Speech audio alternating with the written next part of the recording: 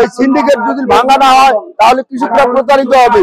এই সরকারের আমলে কৃষকরা সার পাচ্ছে না, বীজ পাচ্ছে না, কীটনাশক পাচ্ছে না। ঘুন্ডি বাজারে আমাদের যে ডিলার আছে এখন যাবেন কোনো সার নাই, 4 দিন 5 দিন ঘুরিয়া ইউরিয়া দেয় 4টা ড্যাব দেয় একটা, তাহলে আমরা ইউরিয়া দিয়ে কিভাবে আবাদ করবো ফসল, কিভাবে আবাদ করবো? একটা যদি লোক ধরে দেন এখানে আইসেন 4 দিন পর 2টা বস্তা সার দেয়, তাহলে আমরা কিভাবে আবাদ করবো?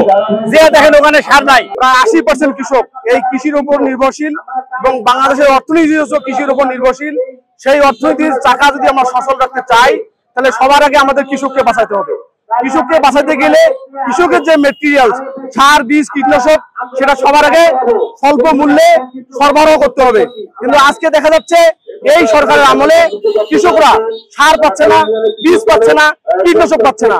সার বীজ তেল কীটনাশক যত সময় পায় তারই ধারাবাহিকতা আমরা রাজপথে দাঁড়িয়েছি। এই সিন্ডিকেট যদি ভাঙা না হয় তাহলে কৃষকরা প্রতারিত হবে, আর কৃষকরা না বাঁচলে বাংলাদেশ অচল হয়ে যাবে, কারণ বাংলাদেশের মানুষ কৃষির উপরে নির্ভরশীল।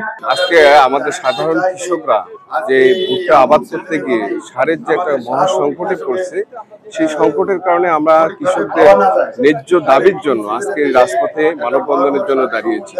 আপনারা জানেন বিএনপি একটি মানবিক দল। আমাদের এই অঞ্চলের অভিভাবক অধ্যক্ষ আসাদুল হাবিব দুলু ভাই আমাদের অভিভাবক হিসাবে উনি আমাদেরকে এই দায়িত্বগুলো দিয়েছেন, যাতে করে আমরা কৃষকের ন্যায্য দাবির জন্য আন্দোলন করে কৃষকদেরকে স্বনির্ভর করতে পারি। আপনারা জানেন যে বাংলাদেশের 68,000 গ্রাম বাঁচলে আমরা বাঁচবো, কৃষক বাঁচলে এই দেশ বাঁচবে।